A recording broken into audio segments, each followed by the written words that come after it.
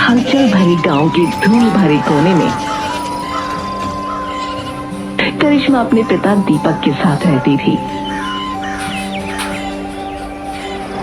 माँ, हौसला रख, पिताजी बस आते ही होंगे। मैं ये बर्फ आपके हाथों पर लगा रही हूँ, आप इससे जल्दी ठीक हो जाओगे। पिताजी उस डॉक्टर को लेकर आ ही रहे होंगे। करिश्मा की माँ का पूरा शरीर लाल पड़ गया।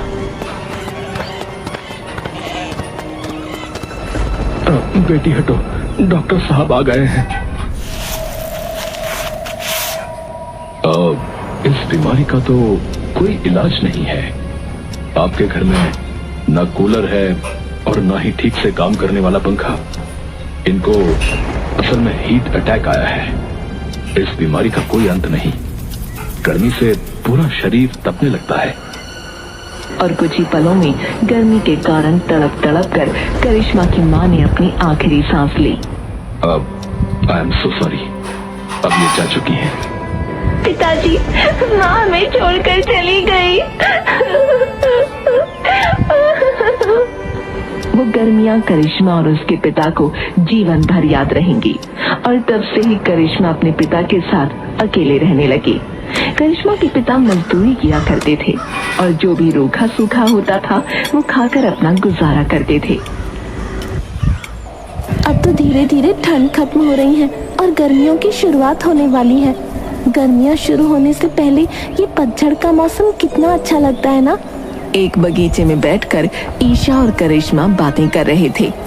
हाँ, ये तो तुमने सही कहा, पर जब भी गर्मियाँ शुरू होती हैं मेरी पुरानी यादें ताज़ा हो जाती हैं। वो यादें मुझे बहुत दुख देती हैं। उस सदमे से बाहर निकलो करिश्मा। तुम्हारी माँ जब तुम्हें इस हालत में देखेंगी तो उन्हें बहुत बुरा लगेगा। उस साल तो मौसम विभाग ने भी कहा था कि बहुत गर्मियाँ पड़ने वाली हैं, लेकिन अभी तक तो ऐसा कुछ हुआ नहीं। वही आखिरी था, अब भूल जाओ। इतने में ही रोशनी वहाँ पहुँची। तुम दोनों मेरे साथ मेरे घर चलो, मेरे पापा शहर से कुछ लेकर आए हैं, मैं तुम्हें दिखाना चाहती हूँ। ईशा और करिश्मा उत्सुकता के साथ रोशनी के घर पहुँचे। करिश्मा देखती है कि एक बड़े से ट्रक के अंदर से कुछ लोग सामान निकालकर घर में रख रहे थे, जिनमें से एक था कूलर। देख, मेरे पिता मेरे कहने पर शहर से कूलर लेकर आए हैं। गर्मियाँ मुझसे बर्दाश्त नहीं होती, अब कूलर के आगे ठंडी ठंडी हवा में सोऊंगी। चलो चलो, तुम भी मेरे साथ मेरे घर चलो। इसके बाद करिश्मा और ईशा भी रोशनी के घर में दाखिल हुए। रोशनी की माँ ने कूलर में फौरन ठंडा ठंडा पानी भर दिया। उसके बाद स्विच ऑन कर दिया। कूलर में से बहुत ठंडी ठंडी हवाओं के साथ ठंडी ठंडी पानी की बूंदें भी आ रही थीं। ये तो सच में बहुत अच्छी चीज है। मैं भी अपने पिताजी को बोलूंगी कि वो ऐसा ही कूलर घर पर लेकर आए। ये बहुत महंगे वाला है। ये जिस कंपनी का है ना, वो सिर्फ शहर में ही मिलती है। गांव में तो तुम्हें लोकल सामान ही मिलेगा। अगर तुम्हारे पिता ले भी आए तो वो इस तरह का कूलर नहीं लेकर आ पाएंगे।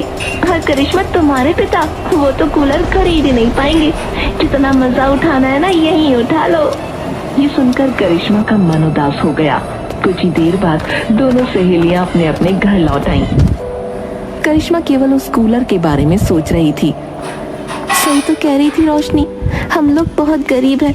पिताजी कूलर का खर्चा नहीं उठा पाएंगे।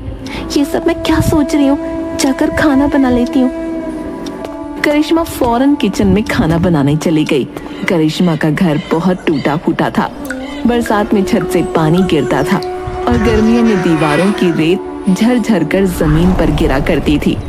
करिश्मा जब किचन में खाना बनाने पहुंची तो उसने देखा, इन डिब्बों में तो बहुत कम अनाज है, मुश्किल से 3 दिन चल पाएगा। करिश्मा थोड़े से चावलों में ज्यादा पानी मिला देती है। शाम को जब उसके पिता घर पर आए तो दोनों ने चावल पानी में नमक मिलाकर खाया। बेटा, पानी अधिक पीती रहो। मुखिया जी कह रहे थे कि इस बार भी भयंकर गर्मी पड़ने वाली है बेटी, वैसे ही जैसे। ये बोलते बोलते करिश्मा के पिता चुप हो गए। वैसे ही जैसे 5 साल पहले पड़ी थी। उस गर्मी ने मेरी माँ को छीन लिया था। करिश्मा का मन उदास हो गया था, इसीलिए दीपक ने कहा, अब ये पंखा बहुत ही जर्जर हो गया है बेटी, नया पंखा लेकर आना पड़ेगा तुम चिंता मत करो बेटी, इस बार मैं नया पंखा जरूर लगवा दूंगा। चाहे कितनी भी गर्मी पड़े, पंखे की हवा से कुछ महसूस नहीं होगा। हाँ पिताजी, पिछले 10 सालों से इस पुराने पंखे की मरम्मत भी नहीं हो पाई है और आप नया पंखा लाने की बात कर रहे हो। क्यों झूठे दिलासे दे रहे हो आप? अब ऐसी बात नहीं है बेटी, बस अभी समय ठीक नहीं चल रहा है। दीपक ने उस समय ज्यादा कुछ नहीं कहा। वो चुपचाप जाकर सो गया और अगले दिन रोज की तरह काम पर निकल पड़ा। गर्मी ज्यादा थी, इसीलिए करिश्मा रोशनी के घर जा पहुंची। रोशनी बेटा, ये ले मिल्क शेक पी ले बेटा, तेरा फेवरेट है ना। रोशनी के बगल में करिश्मा भी बैठी थी, लेकिन रोशनी की माँ ने करिश्मा को थोड़ा सा भी मिल्क शेक नहीं दिया। अब ऐसे ही करिश्मा रोजाना चुपचाप जाकर रोशनी के घर में कूलर के सामने बैठ जाया करती थी, लेकिन ये सब रोशनी की माँ को बिल्कुल भी पसंद नहीं था। एक दिन जब रोशनी घर पर नहीं थी, तब करिश्मा चुपचाप उनके घर में बैठी थी। तुझे कोई काम धंधा नहीं है क्या? रोज रोज सुबह सुबह उठकर यहाँ आ जाती है, बेशर्म कहीं की। माँ तो है नहीं, गली गली भटकती रहती है। अपने घर में बैठा नहीं जाता क्या तुझसे? मुझे माफ करना काकी जी, मैं जाती हूँ। लेकिन इतने में ही रोशनी की माँ ने करिश्मा पर हाथ उठा दिया। भिखारन कहीं की, एक थप्पड़ तो लगना जरूरी था तुझे, वरना कल से फिर मेरे घर की तरफ आने लगेगी। करिश्मा को बहुत बुरा लगा।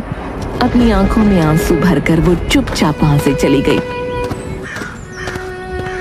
अगर काकी जी एक बार प्यार से बोलती तो मैं मान जाती। मैं दोबारा उनके घर कभी नहीं जाती। शायद मेरी माँ नहीं है ना, इसलिए सब मुझे भिखारी समझते हैं। उसने फैसला किया कि अब वो अपने पिता से भी कूलर की मांग करेगी। शाम को जब उसके पिता घर आए, पिताजी, रोशनी के घर में नया कूलर आया है। उस कूलर से इतनी ठंडी हवाएं बहती हैं, ऐसा लगता है मानो हम शिमला में हो। लेकिन बेटा, हमारे घर में नया पंखा ही आ जाए, वही गनीमत होगी। ऐसे में कूलर लाना तो बहुत ही मुश्किल होगा बेटी। ये तो मैं जानती हूँ पिताजी, मैं तो बस आपको बता रही हूँ कि उनके घर में नया कूलर आया है। दीपक जानता था कि बातों ही बातों में करिश्मा ने कूलर के बारे में उसके सामने जिक्र किया। इसका मतलब कि करिश्मा चाहती है कि उनके घर में भी नया कूलर आए। दीपक ने अब से फैसला किया कि वो रोजाना ज्यादा मेहनत करेगा ताकि वो अपनी बेटी के लिए एक कूलर खरीद कर ला सके। मन में ये फैसला करते हुए दीपक अगले दिन काम पर निकला। लेकिन दीपक के काम पर जाने के बाद दीपक के घर में एक बहुत बड़ा हादसा हुआ। इतने सालों से जो छत जैसे तैसे टिकी हुई थी, आज वो गिर गई। इस हादसे में करिश्मा को तो चोट नहीं लगी, लेकिन उनका घर तहस नहस हो गया। दीपक को जैसे ही ये खबर मिली, वो फौरन घर पहुंचा। बेटी तुम ठीक तो हो ना?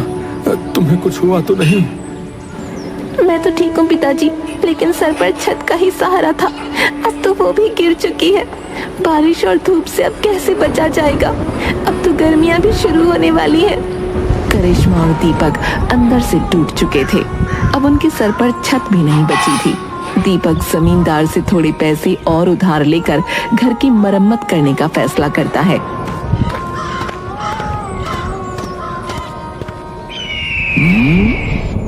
पर मैं तुझ पर भरोसा कैसे करूं? तूने पिछले 5 साल का कोई कर्ज मुझे नहीं दिया। ऊपर से तू अब बुढ़ा हो गया है रे, तो कितना ही काम करेगा? तेरे बस का कुछ नहीं है, समझा? मैं तुझे और पैसे नहीं देने वाला। अब रहम कीजिए मालिक मुझ पर। मेरा जो है घर तबाह हो गया है, बस थोड़े पैसे दे दीजिए। मेरी तनख्वाह में से काटते रहिएगा फिर। ठीक है, मैं तुझे कर्ज देने को तैयार हूं, लेकिन अगले महीने से तेरे काम की तुझे कोई तनख्वाह नहीं मिलेगी, समझा? तू काम करेगा और तनख्वाह मेरे पास जमा कराएगा। उस समय दीपक को पैसों की बहुत जरूरत थी, इसीलिए वो मान जाता है। अगले दिन वो घर की मरम्मत करने का सारा सामान ले आता है।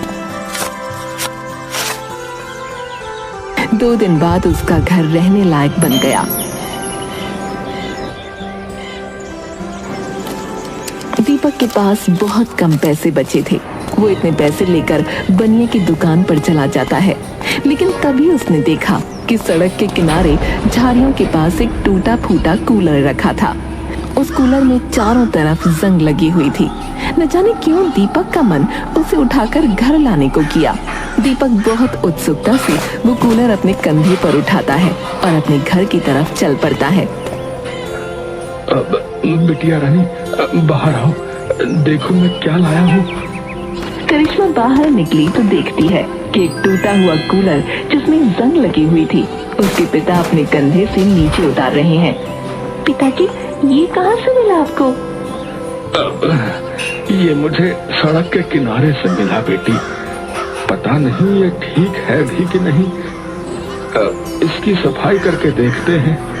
दोनों उस टूटे हुए पुराने कूलर की सफाई करने में लग गए। करिश्मा आज कुएं से पानी भरकर नहीं लाई थी, इसीलिए उन्होंने कूलर में पानी भी नहीं डाला। अब ये कूलर बिल्कुल साफ हो गया पिताजी। इसमें डालने के लिए पानी तो घर में है ही नहीं। क्या ये कूलर चल पाएगा? कोशिश करके देखते हैं बेटा। दीपक ने जैसे ही उसका प्लग सॉकेट में लगाकर बटन दबाया, वैसे ही उसकी पंखुड़ियां घूमने लगीं। ये तो चमत्कार हो गया पिताजी। ये तो चल रहा है। इतनी ठंडी ठंडी हवा आ रही है इसके अंदर से। मुझे तो यकीन ही नहीं हो रहा अपनी आंखों पर।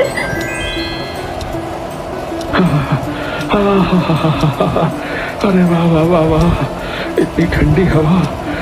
ये सच में किसी चमत्कार से कम नहीं है। बिना पानी के भी इसमें से देखो तो कितनी ठंडी हवा आ रही है।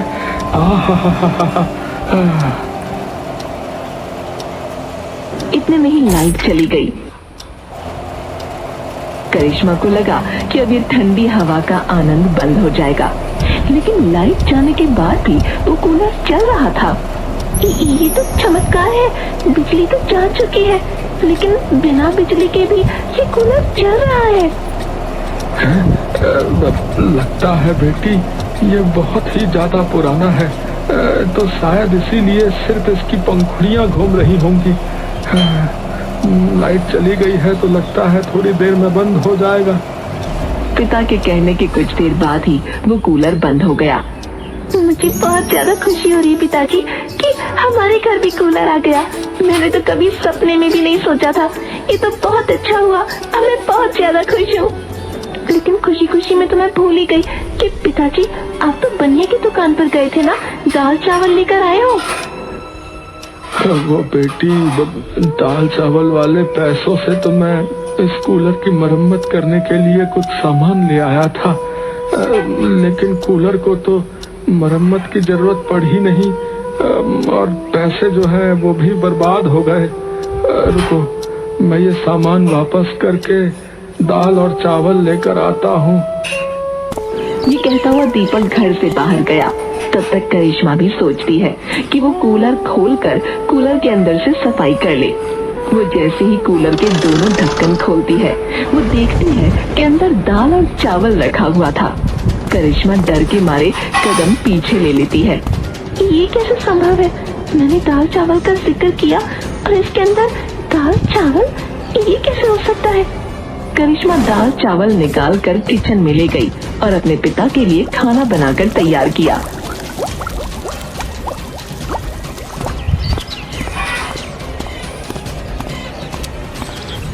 बेटी, मैं ये सामान ले आया हूँ, तो लो जल्दी से खाना बना दो। जो है बड़ी भूख लगी है। पिताजी खाना तो तैयार है। अरे ये क्या कह रही हो तुम? पिताजी जब आप गए थे उसके बाद मैंने कूलर का ढक्कन खोला था। उसके अंदर से मुझे ये दाल और चावल मिले।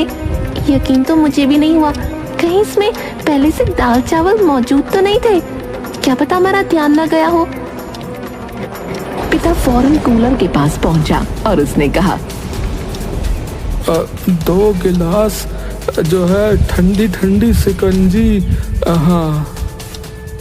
और ये बोलकर उसने कूलर का ढक्कन खोला और 2 गिलास शिकंजी को कूलर के अंदर पाया। ये देखकर दोनों के होश उड़ गए। अरे ये कोई जो है भूतिया कूलर तो नहीं है, कोई काली शक्ति वाला। दूर हो जाओ बेटी, दूर हो जाओ इससे। कि तभी कूलर से आवाज आई। वो आवाज बहुत मधुर और ठहरी हुई थी और जानी पहचानी सी थी। मेरी बच्ची, इतने सालों बाद तो तुम्हें देखा है। मेरे सामने आते ही मुझसे दूर होने की बातें करने लगी। अरे ये आवाज तो जानकी की लग रही है। जी, मैं आपकी जानकी ही हूँ। माँ, लेकिन आपकी आवाज कूलर से क्यों आ रही है? क्योंकि बेटा, मैं इस कूलर के रूप में तुम्हारे साथ हूँ। मेरी मौत से कुछ समय पहले तुम्हारे पिता ने जमींदार से कर्जा लेकर एक कूलर खरीदा था, लेकिन वो कूलर दुकान वाले ने मेरी मौत का फायदा उठाकर हमारे घर पर भिजवाया ही नहीं। मेरी मौत के दुख में सब के सब उस कूलर के बारे में भूल चुके थे। दुकान वाले को पैसे तो मिले, लेकिन उसने कूलर नहीं भिजवाया और मेरी आत्मा कूलर में ही रह गई। कितने सालों से मैं प्रतीक्षा कर रही थी तुमसे मिलने की। लोगों को लगा कि ये कूलर एक भूतिया कूलर है, इसीलिए कूलर को रोड पर कहीं भी फेंक दिया और किस्मत से तुम्हारे पिता ये कूलर उठाकर घर ले आए। ये सुनते ही करिश्मा की आंखों से आंसू आने लगे। इतने सालों से आप मेरे आसपास थी और मुझे पता भी नहीं था, लेकिन अब आप मुझे मिल गई हो। मैं आपको कहीं नहीं जाने दूंगी। मैं कूलर की खुद से भी ज्यादा देखभाल करूंगी। जिन बुरे हालातों में मेरी मौत हुई, तुम्हें क्या लगा कि मैं अपनी बेटी को उन हालातों से नहीं बचाऊंगी? इस कूलर के रूप में मैं हमेशा तुम्हारे साथ रहूंगी, तुम्हारी हर जरूरत को पूरा करूंगी। मुझे माफ कर दो जानकी, मैं हूँ तुम्हारा गुनहगार। मैं कुछ नहीं कर सका। ये कैसी बातें कर रहे हो आप? वो सब कुछ विधि का विधान था और मेरा आप लोगों के पास वापस आना भी भगवान का आशीर्वाद है। ये सब भूल जाइए और एक नई शुरुआत कीजिए। मैं हमेशा आप लोगों के साथ हूँ। सबकी आंखों में खुशी के आंसू थे। कूलर के रूप में अब करिश्मा को फिर से माँ मिल गई थी।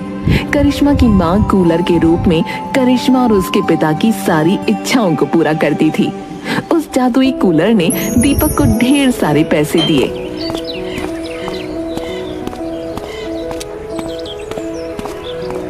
जिससे दीपक ने फौरन जमींदार का कर्जा चुका दिया। अरे कहाँ डाका डाल दिया रे तूने, हैं? जो इतने सारे पैसे आ गए तेरे पास? 5 सालों से तो 1 रुपया भी नहीं चुकाया तूने, लेकिन आज एक साथ सारे पैसे चुका दिए। क्या बात है भाई? जी मालिक, समझिए कि कूलर के रूप में जो है मेरी लॉटरी लग गई है। अरे ऐसा कौन सा जादुई कूलर आ गया रे तेरे पास, है? तभी वहां खड़ा एक आदमी हंसते हुए बोला।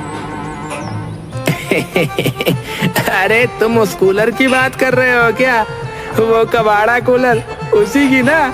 अरे वो जो गली मोहल्ले के कोने में पड़ा रहता था, वही? अरे उस दिन मैंने देखा था तुम उसे अपने कंधे पर उठा के घर ले जा रहे थे। मैंने देख लिया था। मैंने तो रोड पे मिला हुआ कूलर तुम्हारे लिए लॉटरी से कम थोड़ी ना है। ये सुनकर सब हंसने लगे, लेकिन जमींदार के दिमाग में कुछ तो चल रहा था। जरूर कोई बात तो है, इसके घर जाकर देखना पड़ेगा। जमींदार जब आधी रात को दीपक के घर पहुंचा तो उसने खिड़की से अंदर झांकना शुरू किया। एक बहुत ही अद्भुत कूलर रखा हुआ पाया और करिश्मा उसके सामने बैठकर बातें कर रही थी और उसे कूलर के अंदर से एक ड्रेस बाहर आती नजर आई। लगता है इस कूलर के अंदर ही कुछ बात है।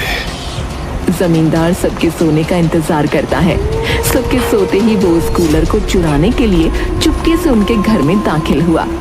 जैसे ही वो उस कूलर को हाथ लगाता है, उसे जोरदार झटका लगा।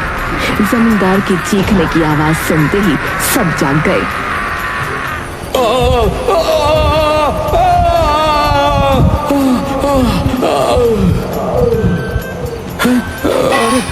जमींदार जी, आप यहाँ इस समय, और ये हाल किसने किया आपका?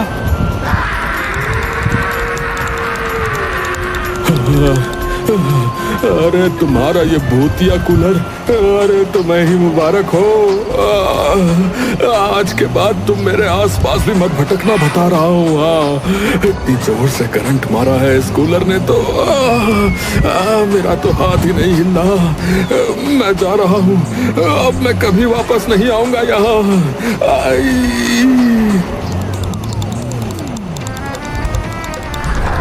ये कहकर जमींदार दुम दबाकर भाग गया। करिश्मा और दीपक सारा माजरा समझकर हंसने लगे। ऐसे ही गरीब के घर कूलर रंग ला रहा था। धीरे धीरे अब करिश्मा के घर के हालात भी सुधरने लगे। अब उनका जीवन वैसा बन रहा था जिसकी उन्होंने कामना की थी।